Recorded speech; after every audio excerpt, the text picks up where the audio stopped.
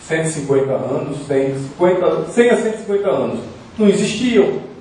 Os povos indígenas do Nordeste estavam desterritorializados, né? A grande dispersão do povo indígena nordestino, que aconteceu no século XVII, no século XVIII, os povos se espalham pelo Nordeste, né, por conta da perseguição, da opressão, etc., e se reterritorializam a partir do final do século XIX e início do século XX. As comunidades quilombolas, mesma coisa.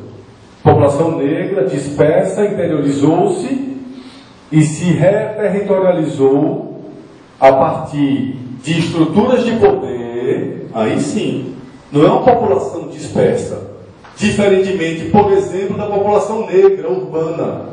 Os quilombolas, diferentemente dos negros urbanos, passaram por um processo de territorialização. Por que a população negra dispersa, que mora na cidade, em Casa Amarela, no Morro da Conceição, ou lá em Fortaleza, na periferia, a gente não pode dizer que constituem territórios específicos? Porque apesar de você ter, em muitos casos, até elementos no Israel interior, né, elementos identitários da cultura, mas você não tem um sistema, uma estrutura de poder e de gestão sobre o território constituída.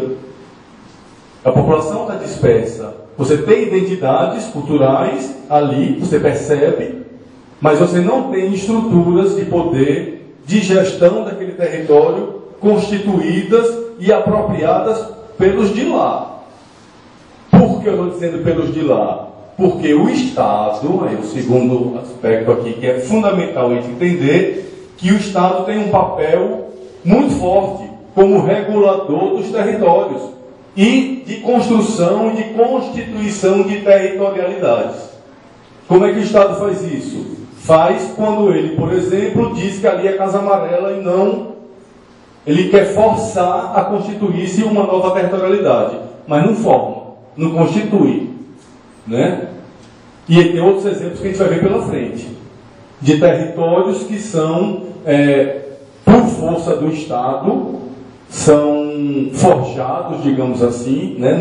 Com intenções diferentes, onde se busca, a partir apenas das identidades existentes, sociais, culturais, por semelhança, deduzir que ali pode ser constituído enquanto um território específico. Não é à toa que muitas dessas iniciativas não avançam. Por que não avançam? Porque não tem aquela primeira dimensão que eu estou levantando aqui.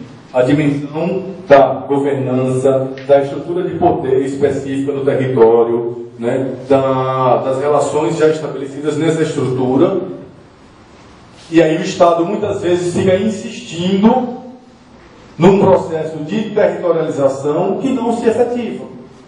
Enquanto outros, a revelia do Estado, sem a participação do Estado, vão se constituindo a partir de lutas políticas e de estruturação de poder.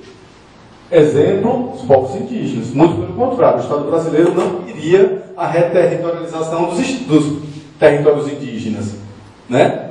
As comunidades quilombolas, a mesma coisa, está aí toda a disputa pelos territórios quilombolas, ou seja, por que os quilombolas, hoje a gente pode dizer que aqueles espaços geográficos onde as comunidades estão se constituem enquanto territórios? Porque elas têm esses dois aspectos que a gente falou na lâmina anterior. Por favor. A gente identifica nesses espaços essas identidades culturais, estou chamando de cultural aqui numa dimensão mais ampla, né?